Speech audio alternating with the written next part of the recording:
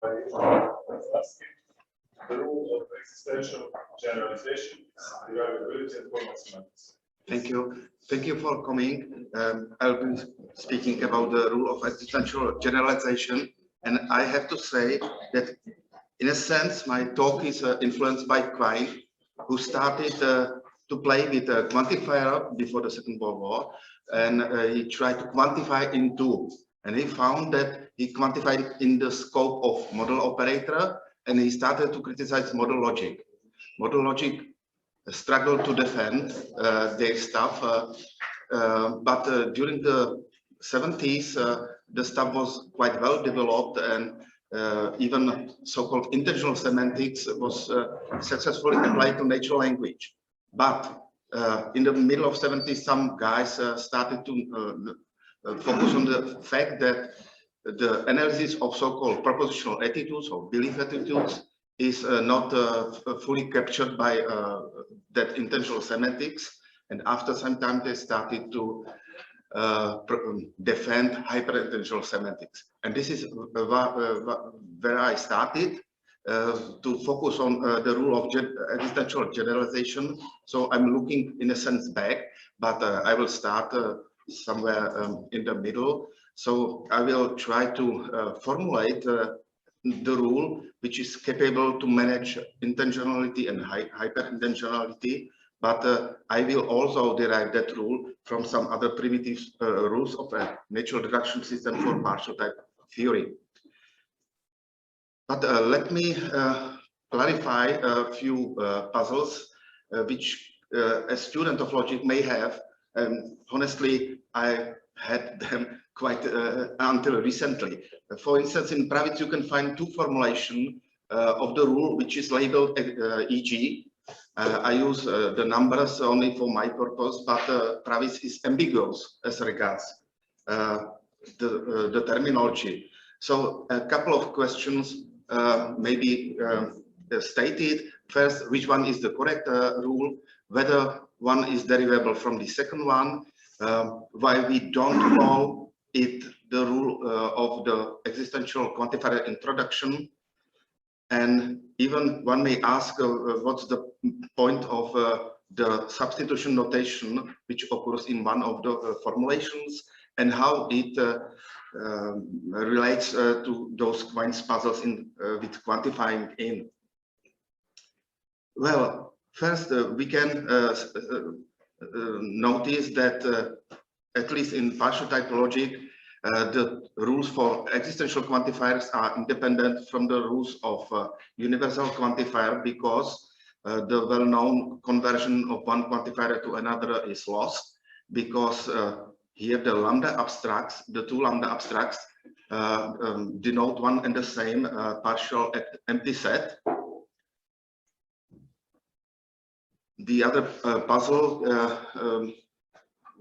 why the term the existential quantifier introduction is not used is because some philosophy we usually use when dealing with quantification, we think that quantifiers are binders, but in type theory we go back to Frege and say that quantifier, he used some other notation, Church as well, that quantifier is a predicate applicable to sets, here a set denoted by the letter F. So we may state, in type theory, we may state the genuine rule of existential quantifier introduction, which is indeed primitive because its premise says that some object inserts the property F, and the conclusion says that the property is instantiated, that is, the set is non-empty. Those are very primitive ideas in logic, that's obvious. So I will attempt to derive the second and third rule in this row from the first rule. I will do it below. So the two versions of the rule which occur in Pravitz are disambiguated, and only one of them is called the rule of existential generalization, which fits statistically, I hope, the data, textbooks. Well, some note about the substitution. Substitution is a metalogical concept. So the rule, if properly stated, must be stated in some higher level of language. So we may say that the level is a second level rule, and the logic capable to handle rules. One of the logics is TT star, which is a modification of Tichy's early system by adopting those levels.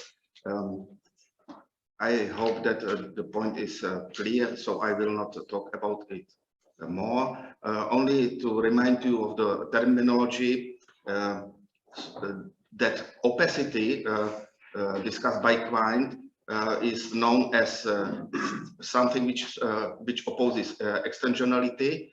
And in extensional context, you may substitute using some identity, which is based on the identity of extensions of those expressions. So in intensional context, you need the identity not of extension, but of intentions, where intentions determine extension. That's clear. And in hyperintensional context, you need hyperintensions. So we need to formulate such substitution function which is capable to handle hyperintensions. Otherwise, we cannot solve those puzzles with hyperintensionality. So let me briefly characterize the logic TT star. I did something in Monday. So essentially, we employ here a new frequent theory of meaning. We have meanings and denotata. Meanings are explicated as constructions, some structured items, which so-called construct those denotata, which can be functions, individuals, and perhaps other constructions.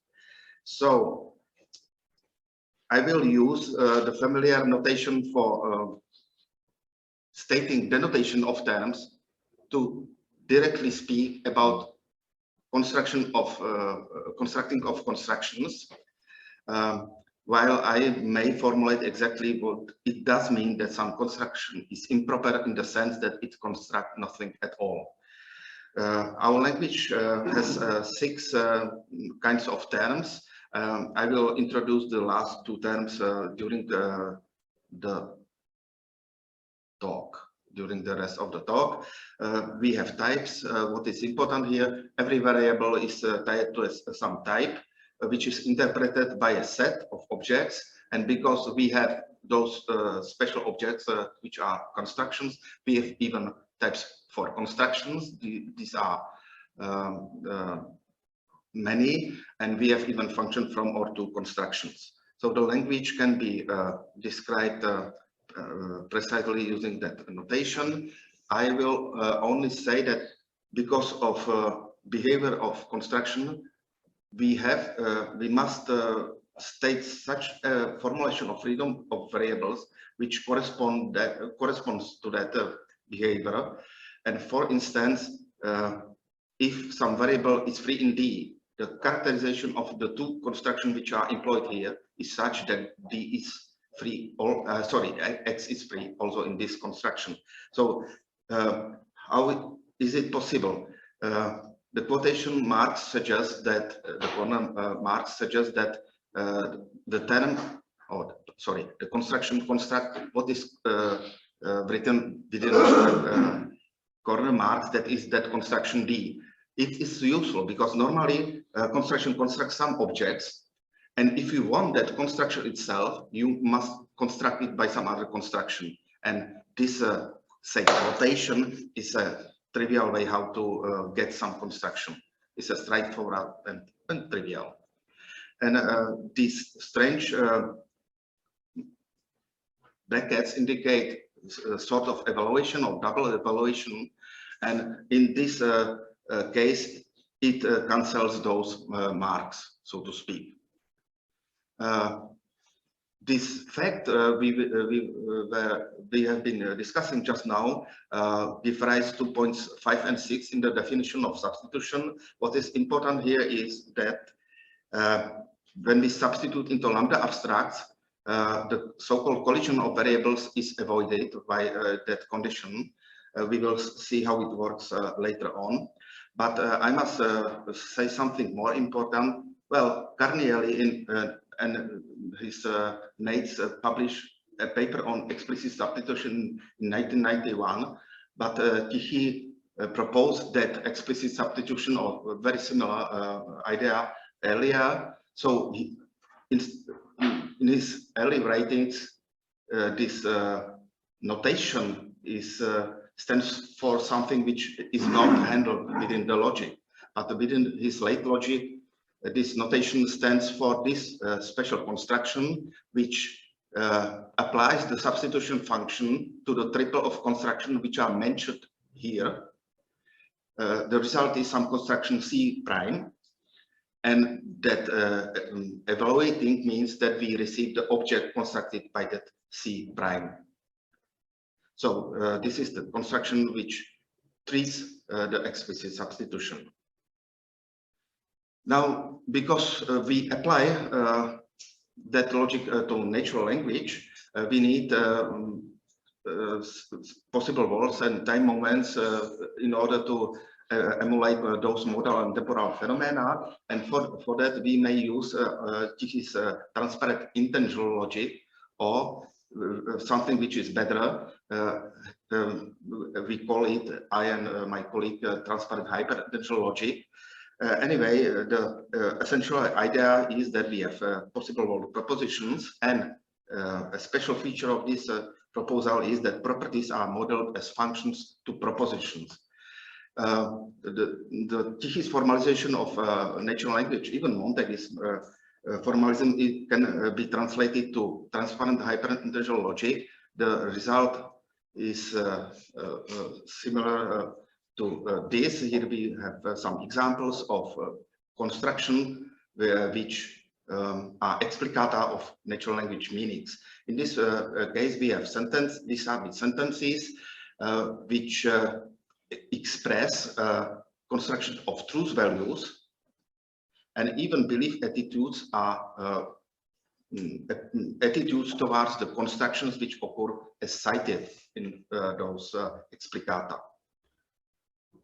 Okay, now let's go back to the natural deduction system. I have discussed it on Monday, so I will only focus on some practical application. We will need altogether 5 rules. Some of them are easily digestible: the weakening rule, the axiom rule, the rule for the existential quantifier introduction takes this form, and the rule of beta expansion requires that each X is a proper construction, which is involved in those segments we read here. Now, the special rule we will need is here. Let's read it from the bottom. Imagine then we have a sentential matrix to which we substitute a description. This is the construction C, in which D corresponds to that description. If that construction is a proper construction of some true value, then this hides the fact that the description is V proper. Namely, I mean that D is a proper construction. So this assumption here is redundant because it's already entailed by gamma, so to speak. Well, what about key and L? It represents presence or absence of true or possible world variables. So this formulation of the rule hides altogether 4 forms of the rule, and this is also used below. So I formulate it to be prepared to formalize natural language. The rule of existential generalization looks as follows. So we start with construction of a true value, which is V congruent to the construction to the trivial construction of the truth value truth. And if you have this as an assumption, you may either entail that very match, or the match which looks like as follows. The proof is rather simple. You start with that match, with that construction of a truth value. Using the weakening rule, you add an assumption which is needed to apply the rule of beta expansion. So you obtain from this, you obtain an application of a lambda abstract to some trivial construction of an argument. And since this whole receives a truth value, then it means that that function is as a set is non-empty. So we may claim that there exists some object which is C. Finally, we erase that assumption that D is a proper construction by the strange rule. The proof of the other derived rule is more or less similar. Essentially, one would like to use so-called eta conversion rule, which is derivable in that natural deduction as well. It allows to convert F into the lambda abstract, but that proof was so long that I omitted it here, and I propose a much simpler proof, which goes like this. So to sum up this section, we have two rules which are both formulated and derived from the primitive rules of natural deduction for TT star. Now let's prove that our formulation of substitution is correct by applying this the above consideration to natural language. First, let's consider existential context. We do not expect any problems. In general, to show validity of the argument in question, note that it employs a non-denoting term. We have to establish the sequence which consists of premises and conclusion. We start with the assumption, we may discuss it later on, that the sentence, the king of friends is bold, receives a truth value true. Then we simplify that complex form which occurs here and apply the rule of existential generalization. It's quite straightforward. And what is important here is that we use a so-called subform of that premise here.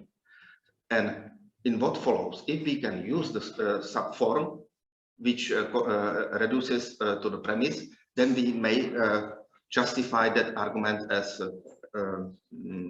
with reference to the rule e.g. This is not always the case. Let's start with something perhaps complicated. These are H contexts. There is some trivial case which is involved here. The subform looks as follows. Here we see that we substitute FLT, Fermat-Last theorem, for C in that construction in which C is free. As a result, if we simplify or reduce that construction, we obtain this premise. Similarly, for Dere reading of that natural language argument, the Dere reading looks as occurs in the frame. Again, we may substitute something for that free variable D. What is perhaps strange is that Dere reading requires the substitution occurs within the analysis. But this particular problem of analysis of Dere readings of belief sentences. Now, you know that you cannot quantify in that dicto belief context. And this is also confirmed by our approach. So there is no subform of which could be reduced to that premise. Consider perhaps a viable candidate which looks like as follows. And here C is not substitutable because it's bound by these corner marks. So the substitution is defined so that it takes this construction as an input, as one of inputs, and yields it as an output. And this output is not congruent to that construction. So that argument is not justified with respect to the rule of existential generalization. Let's move to the example of intentional context. These are a model context. That argument we see here is very close to arguments discussed by Quine. We start with modality there, in which substitution is possible. So the subform contains a free variable n, which is substitutable by the formalization of the description, the number of planet, as referring to some particular object in our world and present time.